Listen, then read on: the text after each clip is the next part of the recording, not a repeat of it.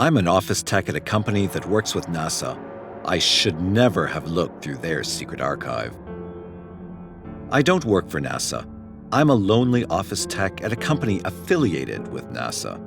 We store data off-site, mostly concerning their many secret unmanned missions, including the countless ones that took place in between the Apollo launches. There are regular landings, even today. As you can imagine, we're not on the books. Still, we're a necessary facet of the Space Administration's delicate infrastructure. Now that you're up to speed with where I work, I can tell you about the room. Room 371, to be precise, the Overseer's office. It always had an air of mystery about it. I and other staff members had been inside before, tasked with leaving behind flash drives filled with sensitive information for the Overseer to upload to our database. You see, the sole computer in that room is an offline archive containing almost every one of NASA's dirty little secrets. Stuff that we can't risk getting out in the event of a data breach. If anyone were to hack our online mainframe, they would only find decoy files, outlying pieces of data that have already been in the public's eye. Most of the information I dealt with amounted to mundane statistical analyses. The real interesting, controversial stuff was sent directly to the Overseer, bypassing the prying eyes of entry-level employment. That brings us to yesterday. It was a normal drop-off assignment. Bring the flash drive to room 371, leave it on the desk, and shut the door on your way out. I had done it countless times before. This time, however, was a little different. After placing the drive on the desk, I noticed a faint glow on the wall behind it. The computer was on. This was strange. It was always shut down by the Overseer after a data dump. The only times I'd ever seen it turned on were days when he was in there, still working. I admit, my curiosity got the better of me.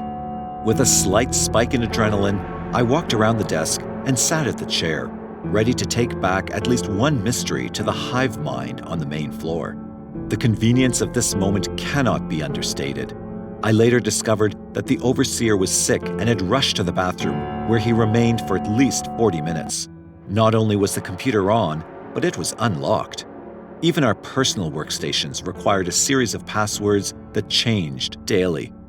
Passwords we had to spend the first 10 minutes of any given workday decrypting. This was the one and only chance I had to placate my curiosity and dig for the buried treasures of NASA. I knew there just had to be something in the confines of our database that would elicit a gasp or mouth drop. Something I would remember for the rest of my years. In settling in at the desk, my heart pounding at the thought of the Overseer's return, I noticed the computer was calibrated just like the rest of our PCs. Because of this, I knew just what folders to open and what digital stones to turn on my hunt for secrets. Most files were your run-of-the-mill storage vessels, data pertaining to the boring truths of the trade, statistics, and physics predictions. After a few minutes of searching, I almost called it quits, but one document caught my eye. It was titled Project Burial at Sea. This was what I wanted, a classified NASA project never before released to the public. In this moment, secrets were revealed to me, ones I soon wished I had never unearthed. As is common with these types of documents, the jargon was very straightforward and low on description.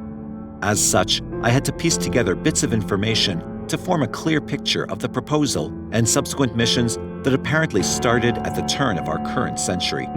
What I discovered did indeed elicit a gasp. It also made my skin crawl. Project Burial at Sea was, ironically enough, a failsafe against information leaks. It implemented the pre-existing infrastructure of NASA's unmanned missions to dispose of cracks in the system. That is, individuals likely to come clean about privileged information. Yes, you heard that right. Individuals. NASA was killing off would-be whistleblowers to protect their assets. The initial proposal called for sending the bodies into deep space, but too many unknown variables presented themselves.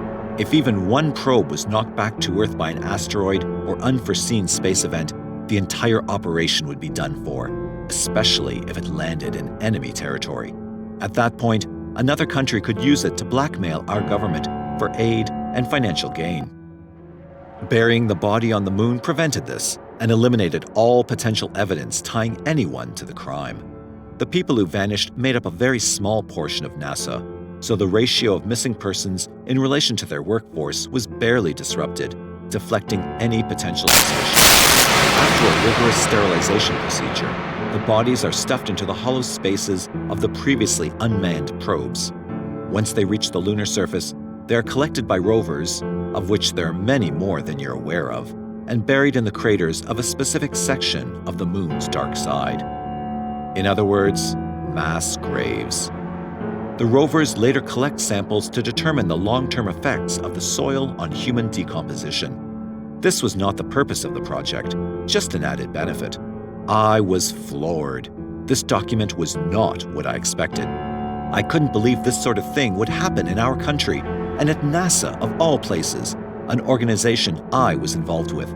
After closing the file and navigating back to the home screen, I left room 371 and shut the door, my worldview shattered.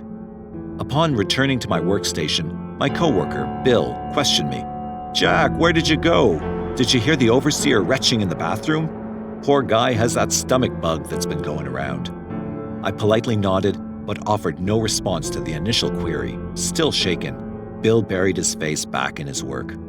Eventually, the overseer returned, the sound of room 371's creaky iron door slamming shut behind him as he resumed work at his desk. Beads of sweat formed above my brow as I wondered if he would notice something was amiss and know I perused the archive. My heart began racing as the paranoia took hold. I had to tell someone about my discovery. Perhaps I misinterpreted the information. Maybe Bill could put my mind at ease. He was a nice guy, not the type to break a promise or betray his fellow worker. "Bill," I whispered, "have you heard anything about NASA sending corpses to the moon?" He stared at me a moment, an overly serious expression painted across his face. Then he laughed. "Jack, you're a card. Where do you come up with this stuff anyway? You should write a book." Without so much as a sound to alert his arrival, the overseer put his hand on my shoulder. I nearly jumped out of my skin. "Jack, I've been meaning to talk to you. A big promotion in the works. Meet me in my office in 10 minutes. With that, he loosened his grip and traveled back to room 371. My eyes widened and my heart sank. Bill noticed something was wrong. "What's wrong, Jack? You look as though you've seen a ghost. Promotions are a big deal around here.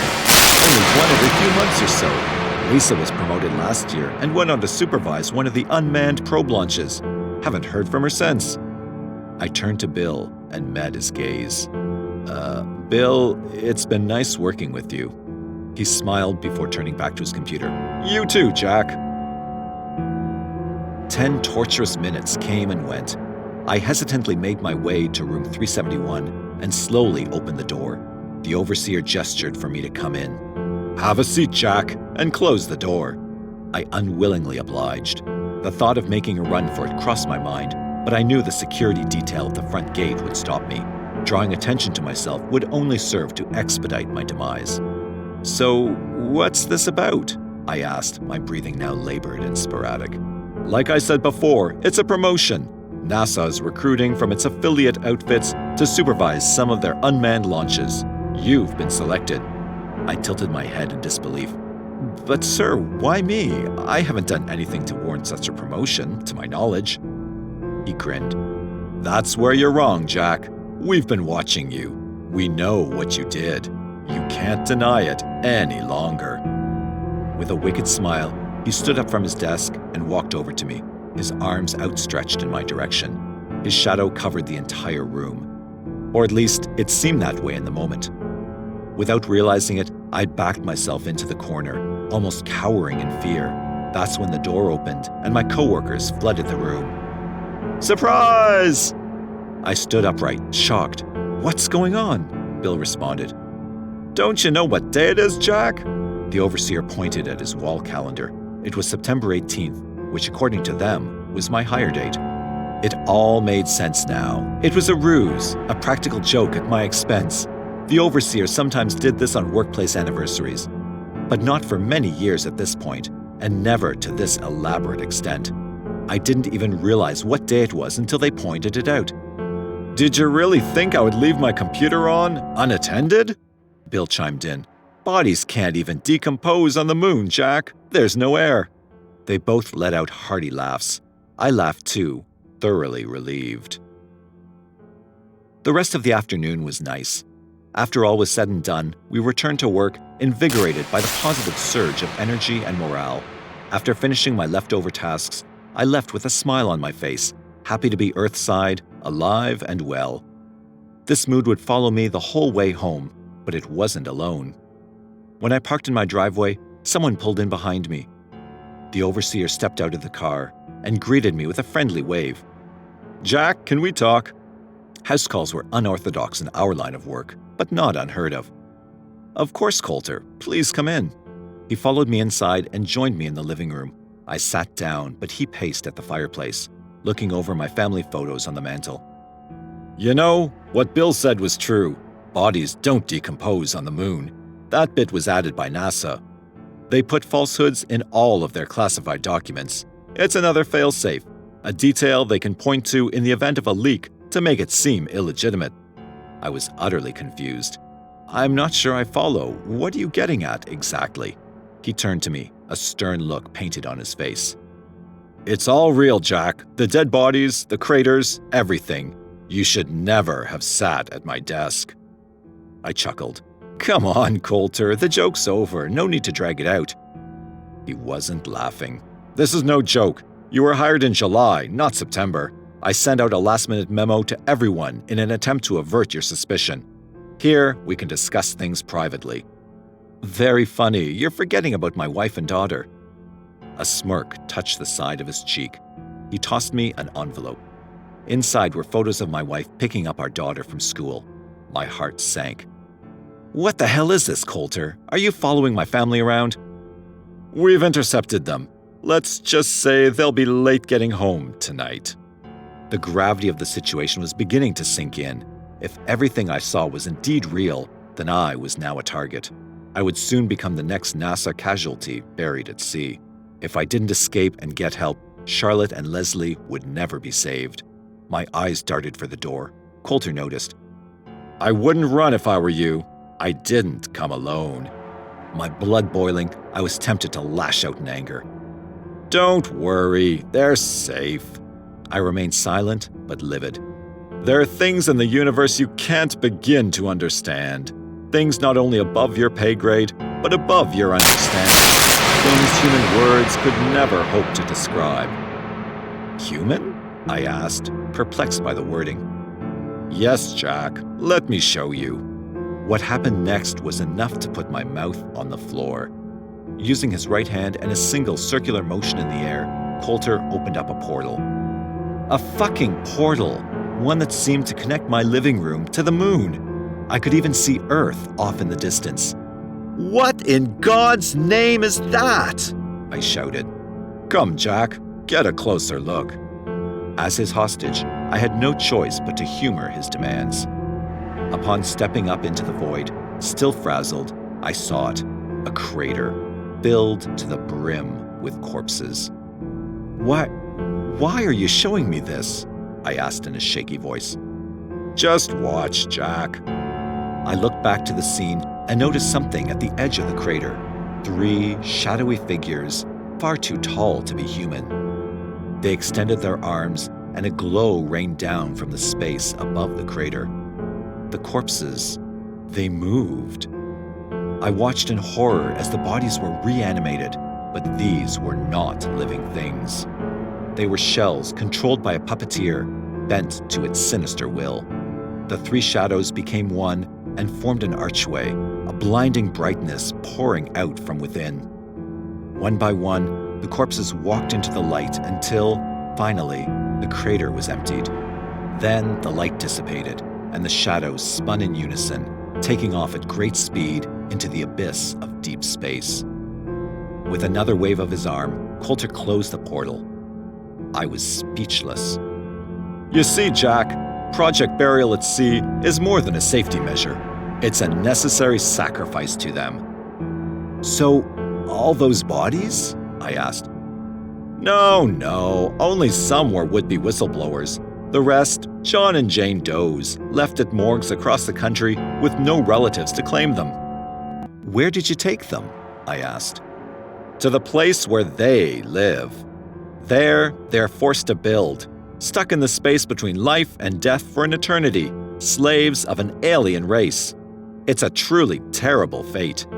We would all be there right now, if not for the deal we struck back in 1947. These creatures don't bode well in our atmosphere.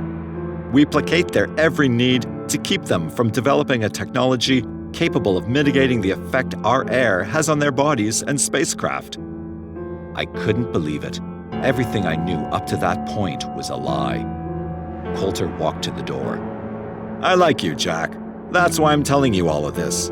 I want to keep you on. You're a good man and a good worker. If you don't want to end up like the poor souls up on that hunk of space rock, you'll keep your mouth shut. I heard a car pull in outside. Looks like your wife and daughter are home. We just took them out for ice cream. Before closing the door on his way out, the overseer turned back with a smile.